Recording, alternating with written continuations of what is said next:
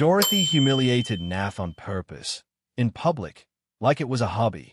At a packed spot in Washington, D.C., she stared him dead in the face from across the room, her hand on another man's thigh. And when Nath froze, she laughed and said loud enough for strangers to turn, "Don't start acting crazy. You embarrassing." Then she added, still smiling, "This is why nobody respects you." The man beside her smirked like he'd been invited to a show. Dorothy didn't flinch, didn't whisper, didn't apologize. She performed his pain like comedy. Here's how it happened. It didn't begin with a restaurant or another man's hands on her. It began years earlier in Baltimore, with a love that felt like safety. Nath and Dorothy grew up a few neighborhoods apart, both raised on a mix of church, family cookouts, and hard work. Their story started cute, real cute, like the kind you swear you'll tell your kid someday. Nath wasn't perfect, but he was steady. Dorothy wasn't soft, but she was bright. Somewhere between vows and bills, she learned she could cut him down and still expect him to carry her. Nath met Dorothy at a friend's cookout in West Baltimore on a humid Saturday that smelled like charcoal and hair grease. Dorothy had on hoop earrings big enough to catch the sun, and she teased Nath because he showed up with a store-bought potato salad like he hadn't been raised by aunties. "You brave," she said, laughing. Nath tried to clap back but stuttered a little, which made her laugh harder. He liked that laugh. It felt like a door opening. Later, he tried to impress her with a dance move that looked like a broken marionette. She laughed so hard she snorted, then admitted, "Okay, you funny."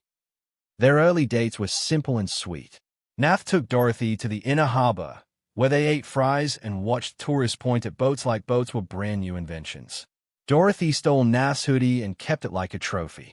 Nath told her he liked her because she was honest, and Dorothy said, "I'm not honest. I'm mean, but I'm mean with purpose." Nath laughed, thinking it was flirting, thinking mean was just spice. He learned her favorite song and played it in his car like it was a romantic spell. Dorothy leaned over at red lights and kissed him like she believed in him. When Nath proposed, it was not fancy, but it was real. He set up a little picnic at Druid Hill Park with a blanket and homemade sandwiches he bragged about like they were culinary art. Dorothy showed up late, dramatic, lips glossy, acting like the world should pause for her. Nath still got down on one knee, hands shaking. Dorothy stared at him like she was deciding whether to laugh. Then she said yes and smacked him lightly with a bouquet like, "Finally." Later she posted the ring on social media with the caption, "He did okay." Nath didn't care. He felt chosen. Their wedding was in Baltimore, in a small church with stained glass that made everybody look holy. Nath's mother cried with both hands on Nath's face, whispering prayers like she could stitch protection into his skin. Dorothy wore a fitted dress and a smile that said she liked being watched. At the reception, Nath tried to toast and got emotional. Dorothy grabbed the mic and joked. He cried when his PS5 shipped too. Everybody laughed, and Nath laughed too, even though it poked. Later, Dorothy pulled him close and said, "Softer, you're mine now." Nath heard romance. He didn't hear ownership. Marriage started with teamwork. Nath worked long shifts at the port, saving, planning. Dorothy worked too, but she spent like the future would always bail her out. Still, there were good moments. Sunday mornings, Nath made pancakes shaped like hearts that looked more like lopsided clouds. Dorothy roasted him, calling them abstract love. They danced in the kitchen to old R&B, barefoot, laughing when Nath stepped on her toes. When the power went out one winter, they lit candles and told stories like they were camping. Dorothy leaned her head on his shoulder and said, "You make life feel less heavy." Nath believed that meant forever. Then the jokes sharpened. Dorothy started correcting Nath in front of people like he was a child. At family dinners, she'd laugh at him when he mispronounced a fancy word. "See, this is what I'm dealing with," she'd say, looking around for an audience. Nath's cheeks would burn, and he'd smile anyway, not wanting to ruin the vibe. Dorothy's mother, Ms. Lenora, watched with a satisfied hum, like seeing Nath humbled gave her peace. Once, Nath offered to wash dishes after dinner, and Dorothy said, loud, "Oh, he trying to be a man today." Nath still washed the dishes, hands shaking in warm soapy water. Dorothy's friends became a weekly presence, girls' nights that turned into Nath being the punchline. They'd sit in the living room in Baltimore with wine glasses and loud laughter. Dorothy would tell stories about Nath not being enough and add details that weren't true, just to make the room roar. He asked me if I liked it, she'd say, and the room would explode. Nath would be in the hallway pretending to look for something. Hearing his name turned into a toy. When he confronted Dorothy later, she rolled her eyes. "You too sensitive," she said. "That's your problem, not mine." Nath tried to fix what he thought was a miscommunication. He bought flowers and left little notes. "I love you. I'm proud of you. We're a team." Dorothy posted the flowers but mocked the notes.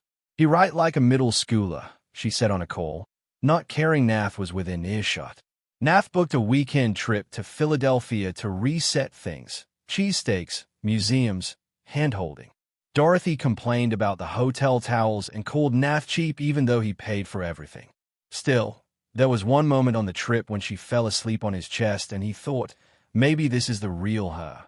He didn't realize she used tenderness like a switch. Dorothy started disappearing in small ways first. Late errands, work meetings, phone always face down. Nath would ask how her day went and Dorothy would snap. "Why are you interrogating me?" Like love was a courtroom. Nath's co-workers at the port told him to focus on his money, protect his peace, but Nath hated being suspicious. He wanted a marriage, not a case file. He worked overtime, thinking providing would fix the cracks. Dorothy took his effort and called it desperation. One night, Nath came home tired and kissed her forehead. Dorothy wiped it off like it left a stain. "Don't do all that," she said. "You doing too much." The shaming got crueler and more creative. Dorothy began taking digs at Nath's masculinity in front of relatives. At a Thanksgiving dinner in Baltimore, she joked that Nath needs permission to breathe. Nath's uncle stared at him like, "Stand up for yourself." Nath's mother looked down, hurt but quiet. After dinner, Dorothy's cousin asked Nath if he was soft. Nath forced a laugh, then went outside to breathe cold air like it could cool the humiliation. Dorothy came out and said, "Stop making that face. You always acting like the victim." Nath stared at her, trying to find the girl from Druid Hill Park. Dorothy stayed back, bored. Still, Nath kept trying to bring romance back. He surprised Dorothy with a date night at a jazz lounge in Baltimore. He wore cologne, the kind that made him feel grown. Dorothy showed up late again, scanning the room like she expected better. Nath tried to make her laugh, whispering jokes about the sax player looking like he owed somebody money. Dorothy smirked a little. For 10 minutes, her hand rested on his knee, and Nath felt his heart unclench. Then she saw a man at the bar, tall, confident, and her face lit up in a way Nath hadn't seen in months. She straightened her hair and said, "Be right back." She didn't come back for a long time. After that, Dorothy stopped pretending. She started telling Nath directly that he was boring. She compared him to men she saw online, men with flash and money, like Nath was a bad purchase. "I settled," she said one night while scrolling her phone. Nath swallowed hard. "Why would you say that?" Dorothy shrugged. "Because it's true." Nath slept on the couch that night, staring at the ceiling, feeling like he'd been evicted from his own marriage. In the morning, Dorothy stepped over him like he was laundry. "You still here?" she asked, smiling mean. Nath went to work and carried crates like his chest wasn't collapsing. Money started vanishing. Nath noticed bills paid late, subscriptions he didn't recognize, cash withdrawals that didn't match their life. When he asked Dorothy, she blamed him for being broke or accused him of controlling her. Nath quietly opened a separate account, just in case, moving a piece of each overtime check like he was building a life raft. He didn't tell Dorothy. He didn't threaten. He just prepared. Nath also took night classes in Prince George's County, driving after work with tired eyes and a stubborn hope. Dorothy mocked that too. "Look at you," she said, laughing. "Playing student like you finna be somebody."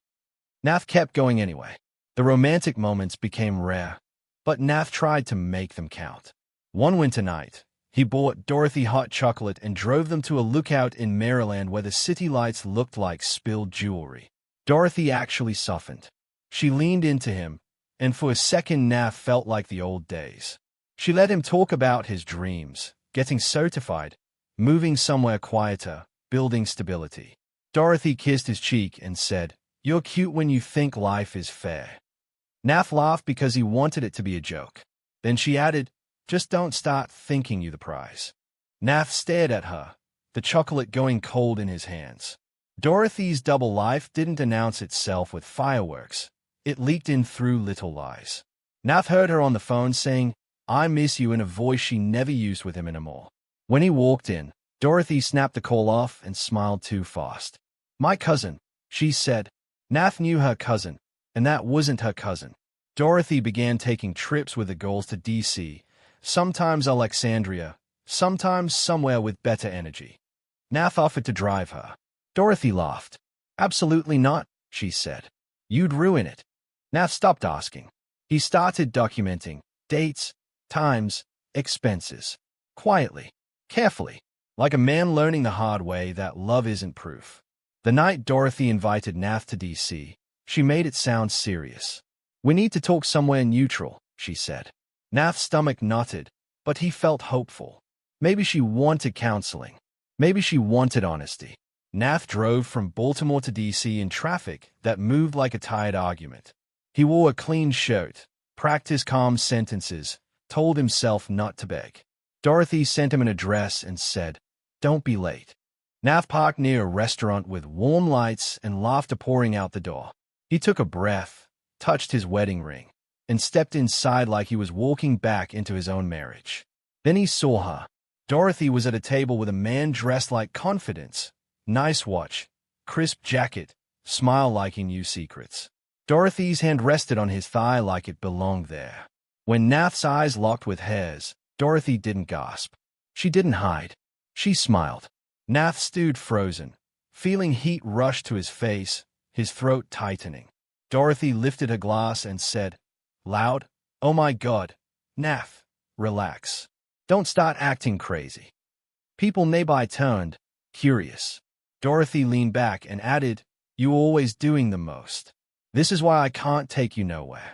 The man smirked like Nath was an inconvenience, not a husband. Nath didn't yell. He couldn't. His body was in shock, like his heart got unplugged. Dorothy kept going, enjoying herself. "You know what?"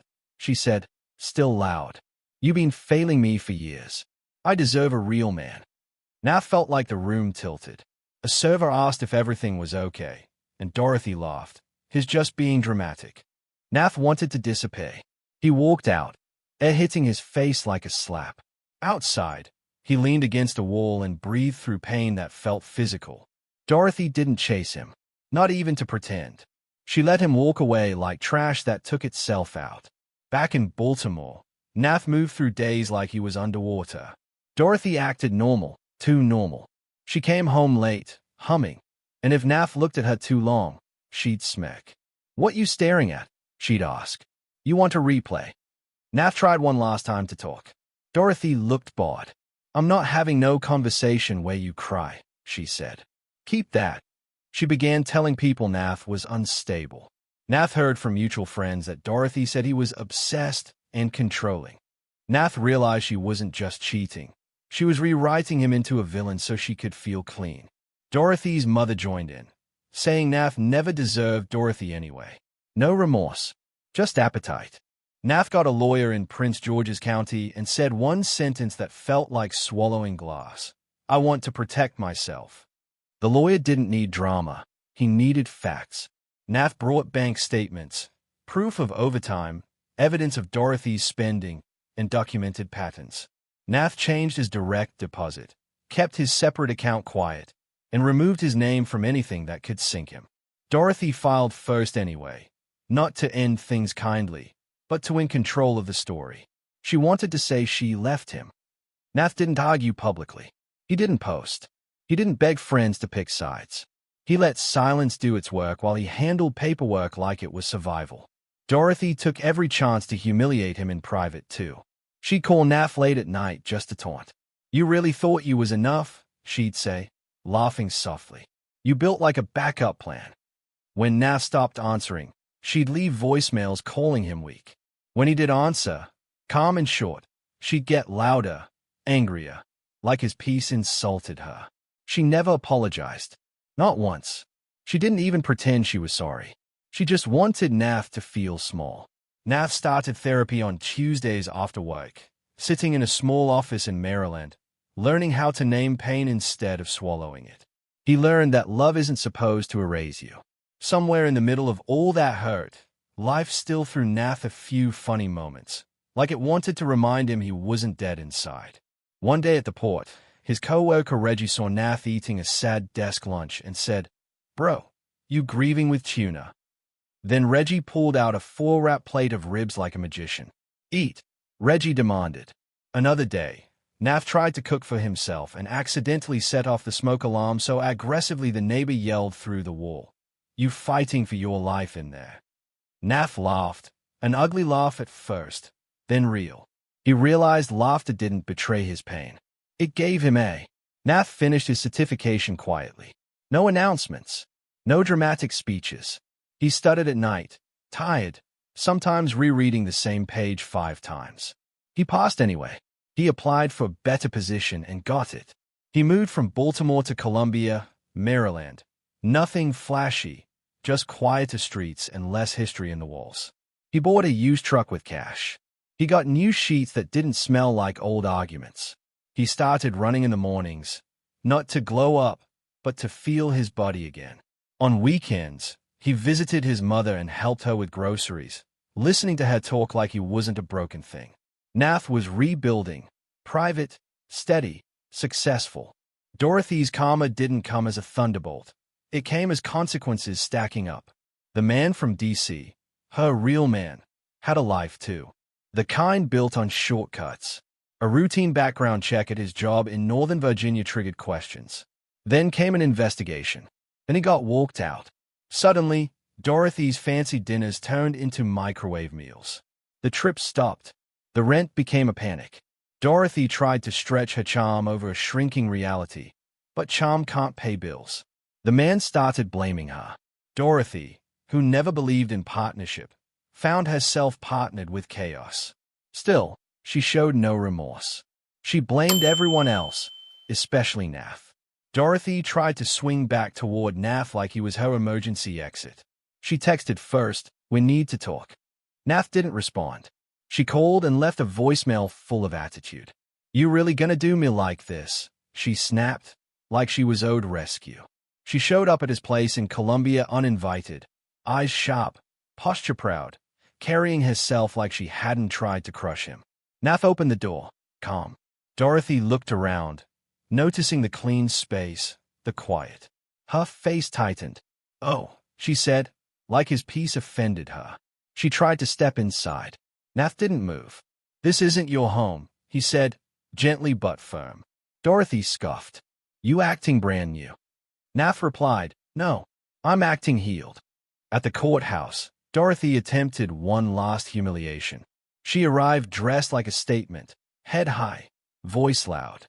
When she saw Nath, she smirked as if he was still the man outside that D.C. restaurant. "So you really gonna sign?" she asked, like the papers were a betrayal. Nath looked at her and felt something surprising. Nothing sharp. No craving to prove her wrong. No need to explain his worth. Dorothy leaned in and whispered, "You'll always be the one I settled for." Nath nodded like he heard her, then signed anyway.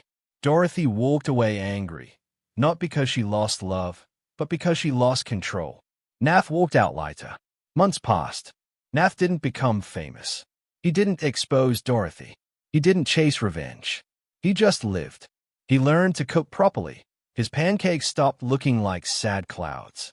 He decorated his place with things that made him happy, not things meant to impress. He met people casually, at a bookstore in Maryland, at a coffee shop, at a friend's game night. He even went on a date where he laughed so hard he snorted, then paused in embarrassment. The woman laughed too and said, "That was real. I like real." Nath realized romance didn't need to hurt to feel intense. Safety can be romantic too. The moral lesson landed slowly but clearly. Love without respect is just a longer way to get hurt. Nath learned that endurance isn't the same as devotion, and silence can be stronger than shouting. Dorothy taught him what cruelty looks like, how it performs, how it shames, how it refuses remorse. But Nath taught himself what healing looks like: quiet, consistent, private. Karma didn't need drama. It needed truth and time. Dorothy lost the stability she mocked because she never valued it. Nath gained stability because he finally valued himself. If you're reading this and you're being humiliated by someone who claims to love you, hear this. You don't have to prove you're worthy. You have to protect your life. If you enjoyed this story, please like, comment, and share this video with your friends. Subscribe and turn on the notification bell so you never miss a powerful story drop.